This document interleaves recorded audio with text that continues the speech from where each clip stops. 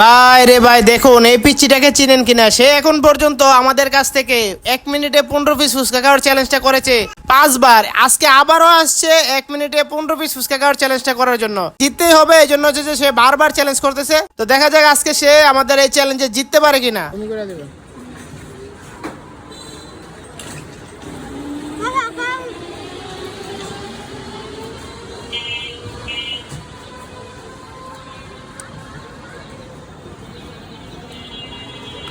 30 second ডান।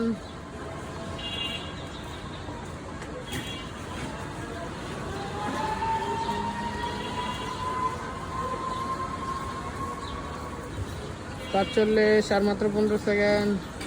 মুখেটে খেয়ালো। 51, 52, 53, 54, 55, 56, 57, 58, 59, 60। 1 minute শেষ।